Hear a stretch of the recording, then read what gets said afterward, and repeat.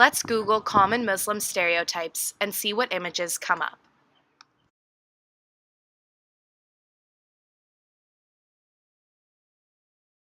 Depicted are common stereotypes against Muslims.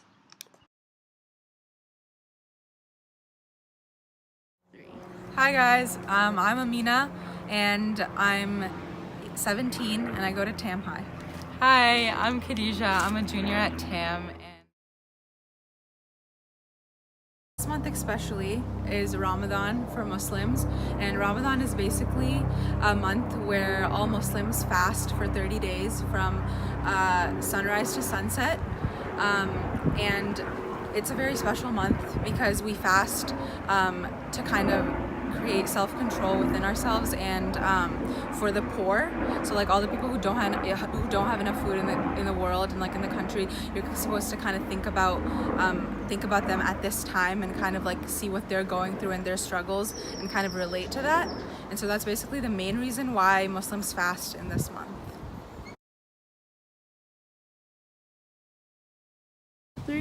so in our fasting month, there's like special prayers throughout the month, and one of them is called Tarawih, which is like in addition to the last prayer, which is Isha at the end of the night. They extend the prayer and they try to finish the whole Quran, which is 30 chapters. So they try to do one chapter a night, and it's hard because you wake up at 4:30 and then you have to go back to sleep, wake up again, go to school, come home, and then I work, and then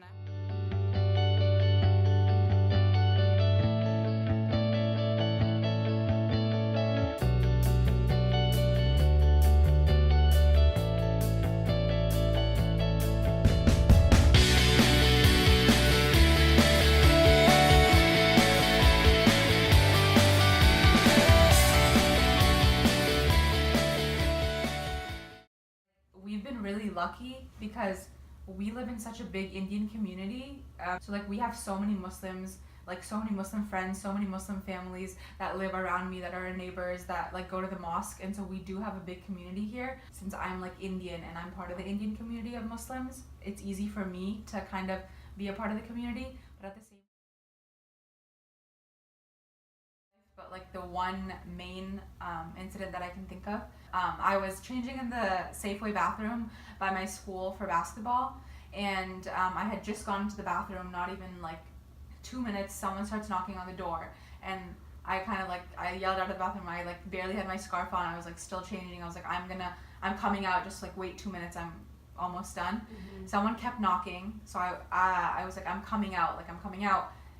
Someone just kept aggressively knocking, so I like opened the door, and I like just like tossed my scarf around my head, and I was like, oh, I'm sorry, like I'm literally almost done changing, like I'm gonna come out in literally 5 minutes.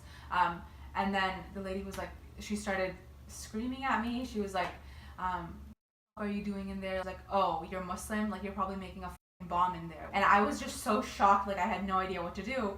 And she literally took my hand, pushed me out of the bathroom, took my bag that was in the bathroom, threw it on me, and slammed the door shut. The thing that hurt the most that day was that there were Safeway employees who had seen what had just happened, who had heard what had just happened. There were Safeway customers, but no one came up to me to help me. The biggest thing that we can do is like support people who go through that, kind of like help them, because that's how we're gonna like move past it. So don't be a bystander is what Yeah, you're saying. if you see like wearing something that like stands out from like the regular American part of wearing hijab, like in America, I think that comes with their like choice of wearing it. Like you have to having to realize that like you might get those looks, you might get those things, but you're doing it for God. You're not doing it to please other people. I should not have to like remove my scarf and feel embarrassed of it just because other people have a problem with it. I've been wearing hijab since 3rd grade. Kind of like a way to get like closer to like my religion. I camp like last year. I was in my cabin, and like we had a group of people, and we were about to go to sleep, and like everyone was like talking and then this girl from Redwood, one of the only other people from Marin, she was like, oh, like, can I ask you something honestly? And I was like, yeah, like go ahead. And she's like, it's something about your scarf. And I was like, okay, yeah. And she's like, wait, so like I heard that like sometimes you guys like put bombs in your head, so is that what it is? And I was like, how do you even think of that? No. And she asked me if my dad was part of Al Qaeda, and I was like, no, like my dad is not. And she's like, oh, I just wanted to get that clear. And I was there's like people use the religion to like kind of like build on top of that, and like they kind of just use that as like a title, but they actually don't follow what we actually believe in, which is 100% like peace. Like that's not. So I know a guy that goes to COM, and he was running for president. He was last year, and the person he was running against told him like, oh, no one wants a terrorist as their president.